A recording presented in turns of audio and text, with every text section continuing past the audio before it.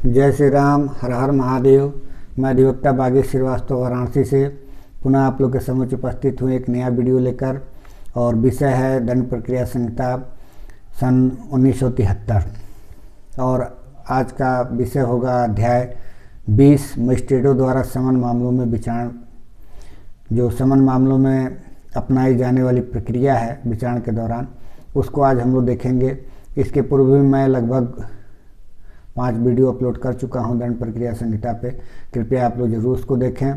और मेरा अनुरोध है कि अभी तक जिन व्यक्तियों द्वारा मेरे इस चैनल को सब्सक्राइब नहीं किया गया है, कृपया सब्सक्राइब जरूर कर लें और अधिक से अधिक लोगों को शेयर करें, ताकि उत्तर प्रदेश हायर जुडिशरी और लोअर डिवीज़न की जो तैयारी करने वाले व्यक्ति हैं उनको लाभ मिल सके।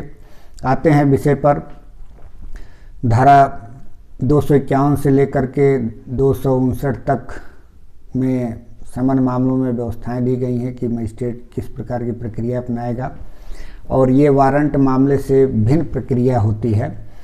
इसमें फॉर्मल वे में एक प्रकार से चार्ज होता है, इसको फ्रेम करना जरूरी नहीं होता है, क्योंकि जब हम धारा 251 पढ़ते हैं तो उसमें स्पष्ट शब्दों में कहा गया है कि यथारीति आरोप विरचित करना आवश्यक न होगा। इसका तात्पर्य यह है कि उसका जो आरोप का धारा 211 में हम लोग पढ़ते हैं कि आरोप कैसे विरचित किया जाएगा, उसमें क्या क्या कंटेंट्स होंगे, उन सब चीज़ों की फॉर्मेलिटी यहाँ नहीं होगी। यहाँ 251 में ये कहा गया कि जो ही अभियुक्त मजिस्ट्रेट के समक्ष उपस्थित होता है या लाया जाता है तो उसको आरोप का एक कथन होगा जो सुनाया जाएगा और बताया जाएगा कि तुम्हारे ऊपर ये अभियोग लगा है। उसका अभिवाद तुम कर रहे हो कि नहीं कर रहे हो। यदि वो अभिवाद करता है तब उसको 252 में जैसा अपराध होगा उसके अनुरूप उसको दंडित किया जाएगा। और यहाँ भी ऐसा नहीं है कि सेल का प्रयोग है, ये शब्द है दोष सिद्ध कर सकेगा, मतलब होगा कि डिस्क्रिशनरी पावर है मजिस्ट्रेट का, या तो करेगा या तो नहीं करेगा। दूसरा एक मामला आता है 253 में बताया गया है कि जो धारा 206 में छोटे मामले आते हैं, पेटी केसेस हैं, जिनमें अभियुक्त की हाजिरी जरूरी नहीं होती है, उसको समन भेजा जाता है कि केवल जुर्माना है, वो भी जुर्माना जो जिन अपराधों में 1000 से अनधिक का होता है, अर्थात ऐसा जुर्माना जुर्माने से दंडनीय कोई अपराध है जिसमें 1000 रुपये तक का जुर्माना अधिरोपित किया गया है, वैसे मामलों को छोटा मामला कहा गया है। और उन छोटे मामलों में जरूरी नहीं है कि अभियुक्त न्यायालय में उपस्थित ही हो। यदि समन भेजा जाता है और समन में वह रकम निर्दिष्ट कर दिया जाता है कि यदि चाहे तो वो अभिवाद कर ले अपने दोषिता का, तो वो उस रकम को डाक द्वारा भेज सकता है या प्लीडर के माध्यम से न्यायालय में जमा कर सकता है और प्लीडर का अभिवाद मान्य होगा उसके तरफ से। यहाँ जो वारंट मामले में और समन मामले में जो अंतर देखने को मिलता है यही मिलता है कि एक तो यहाँ फॉर्मल वे में आरोप विरचित नहीं किया जाता है, दूसरा किसी अभियुक्त के तरफ से अधिवक्ता भी अभिवाद कर सकता है उन मामलों में जिसमें 1000 रुपये तक का जुर्माना अधिरोपित किया जा सकता है। ये बहुत बड़ा अंतर है, क्योंकि कभी भी अभियोजन के मामले में जहाँ तक कन्फेशनल स्टेटमेंट की बात है, किसी अभियुक्त के तरफ से कोई दूसरा व्यक्ति नहीं दे सकता है, जबकि सिविल मामले में ऐसा होता है। स्वीकृतियाँ कोई तीसरा व्यक्ति भी कर सकता है, पक्षकार का कोई संबद्ध व्यक्ति भी कर सकता है, किंतु यहाँ यदि किसी अभियुक्त के तरफ से दोषिता का अभिवाद किया जा रहा है तो एक अपवाद स्वरूप में है। अब चूंकि जुर्माने से संबंधित है और जुर्माने के लिए ज़रूरी नहीं है कि उतना समय और पैसा खर्च करके न्यायालय में व्यक्ति आवे। यदि किसी प्रकार का उसने अपराध किया है और वो 1000 रुपये तक का ही दंडनीय अपराध है और उसमें समन भेजा गया है, तो धारा 253 के तहत यदि गिल्टी कर ले रहा है तो उसको जुर्माना जमा करवा दिया जाएगा और उस जुर्माने को उस अपराध के प्रति समायोजित कर दिया जाएगा। ये बात है। अब आते हैं हम लोग प्रक्रिया पे 254 में कि यदि 252 में उसको अभिवाद नहीं करता है या उसको दोषसिद्ध नहीं किया जाता है या 253 के तहत कोई दोषसिद्धि नहीं की जाती है, तब अभियोजन पक्ष को कहा जाएगा कि आप अपने सारे एविडेंस को प्रस्तुत करें और साबित करें कि कैसे कैसे आपको साबित करना है। फिर उस तरीके से 1 बाय 1 उसका चीफ होगा, फिर जीरा होगा, फिर उसको उन्मोचित कर दिया जाएगा। ये प्रक्रियाएं 254 में कही गई हैं। अब जो 255 में दोष मुक्ति या दोष सिद्धि की बात आ रही है, तो यहाँ भी एक चीज़ देखने को मिलेगा, जैसे सेशन ट्रायल में हम लोगों ने देखा है कि वहाँ यदि व्यक्ति अभियोजन का साक्ष्य लेने के पश्चात यदि लगता है कि मामला नहीं बन रहा है तो उसको दोषमुक्त कर दिया जाएगा चार्ज फ्रेम के पश्चात 232 में। लेकिन 243 में हम लोग देखते हैं वारंट ट्रायल में कि ज्यों ही अभियोजन पक्ष का साक्ष्य समाप्त होता है तो फिर अभियुक्त से कहा जाता है कि तुम अपनी प्रतिरक्षा का साक्ष्य प्रस्तुत करो।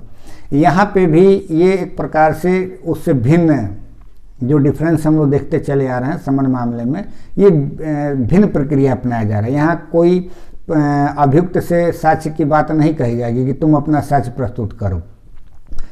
यहाँ पे अभियोजन और अभियुक्त का जो साक्ष्य होगा उसको लेने के तुरंत बाद जो धारा 254(2) में है कि यदि मजिस्ट्रेट अभियोजन या अभियुक्त के आवेदन पर ठीक समझता है तो वह किसी साक्षी को हाजिर होने या कोई दस्तावेज या अन्य चीज पेश करने का निर्देश देने वाला समन जारी कर सकता है। यहाँ दोनों को एक साथ कर दिया गया, अर्थात कि पहले अभियोजन का साक्ष्य ले लिया जाएगा और उसके बाद कोई ऐसा लगता है तो अभियुक्त का भी साक्ष्य लिया जाएगा, अन्यथा दोषी या दोषमुक्त कर दिया जाएगा उसको 255 में। अब 255 में जो बातें कही गई हैं कि यदि वो दोषमुक्त किया जाता है 254 के एविडेंस के आधार पर तब तो कोई बात ही नहीं है, लेकिन यदि दोषी उसको करार किया जाता है तो 255(2) में कहा गया है कि मजिस्ट्रेट 325 और 360 की प्रक्रिया को अपनाएगा यदि उसको लगता है कि इस मामले में अपनाना चाहिए। हम पिछले वीडियो में बता चुके हैं कि 325 की प्रक्रिया क्या है और 360 की प्रक्रिया क्या है। अब उसको अपनाने के पश्चात यदि दोष सिद्ध करना है तब उसको दोष सिद्ध करेगा और इस प्रकार का ऑर्डर देगा कि जजमेंट में कि उसको दोषी किया जाता है।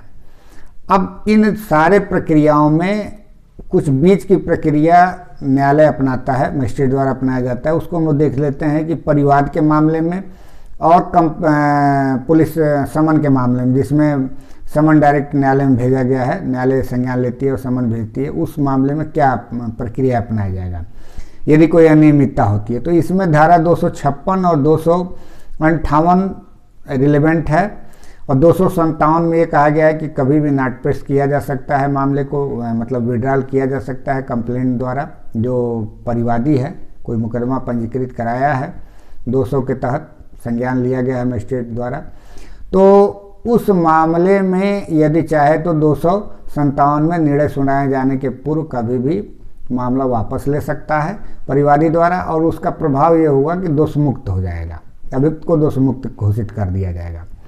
अब दो कंडीशन आते हैं कि यदि 256 में कोई परिवादी है, यदि किसी कारणवश डेट पर अनुपस्थित रहता है, कोई डेट पड़ती है सुनवाई के लिए उस पर अनुपस्थित रहता है, तो उस कंडीशन में यदि कोई साक्ष्य ले लिया गया है जो साक्ष्य लेना चाहिए तो अभियुक्त को दोषमुक्त कर दिया जाएगा।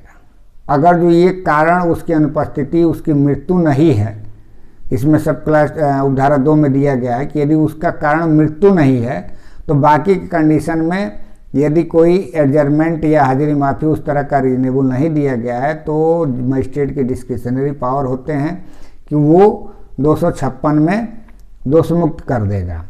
अब 258 में भी दोषमुक्ति की बात कही गई है, वो कंप्लेंट के जो मामले होते हैं उससे भिन्न मामले हैं, समन मामले हैं, और उसमें यदि कार्रवाई रोकी जाती है चाहेगा तो बीच में ही मजिस्ट्रेट कार्रवाई रोक देगा, और यदि रोकने के पश्चात जो आवश्यक साक्षी हैं अभियोजन के यदि उनका चीफ हो चुका है, क्रॉस हो चुका है, तो उस स्टेज पे यदि मामला रोका जाता है तो उसको दोषमुक्त कर दिया जाएगा। क्योंकि यहाँ चूंकि चार्ज फ्रेम की स्थिति तो बनती नहीं है, तो एक कंडीशन आता है कि आवश्यक साक्ष्यों का यदि परीक्षण हो चुका है तो उसका जो अभियोजन रोकने का तात्पर्य होगा कि उसको दोषमुक्त कर दिया जाएगा, और आवश्यक साक्ष्यों की यदि परीक्षा नहीं की गई है तो उसका प्रभाव दोषमुक्ति होगा। तो ये 258 और 256 में मूलभूत अंतर हैं। और 259 में एक बात कही गई है कि यदि कोई समन मामला है और विचारण करने के दौरान ही यदि मजिस्ट्रेट को लगता है कि उसको वारंट मामले में तब्दील करना चाहिए, समन के मामले में उसका ट्रायल होना अनुचित है, तो उस मामले को कन्वर्ट करके वारंट मामले के तरह से ट्रीट करेगा। और वारंट मामले में जो प्रक्रियाएं अपनाई जाती हैं, जैसे कि चार्ज फ्रेम करना, चार्ज फ्रेम करने के बाद से फिर अभियोजन का साक्ष्य लेना और उसके तत्पश्चात जजमेंट देना। तो ये सारी प्रक्रियाएं जो हम लोगों ने पढ़ा था धारा 238 से लेकर 248 तक, वो सारी प्रक्रियाओं को अपनाया जाएगा। तो इस प्रकार से ये अध्याय समाप्त होता है और समन मामलों में मजिस्ट्रेटों द्वारा कौन सी प्रक्रिया अपनाई जाएगी, क्या क्या किया जाएगा, उसको हम लोगों ने देखा। अगले वीडियो में पुनः उपस्थित रहूँगा, तब तक के लिए इजाज़त दीजिए आप लोग। और पुनः मेरा आग्रह है कि मेरे इस वीडियो को अधिक से अधिक लोगों को शेयर करिए। जिन व्यक्तियों द्वारा सब्सक्राइब नहीं किया गया सब्सक्राइब कर लें, बेल आइकन पर क्लिक कर दें, ताकि जब भी मैं कोई वीडियो अपलोड करूं तो आप लोग को इसकी सूचना तुरंत मिल जाए। इजाज़त दीजिए, तब तक के लिए धन्यवाद।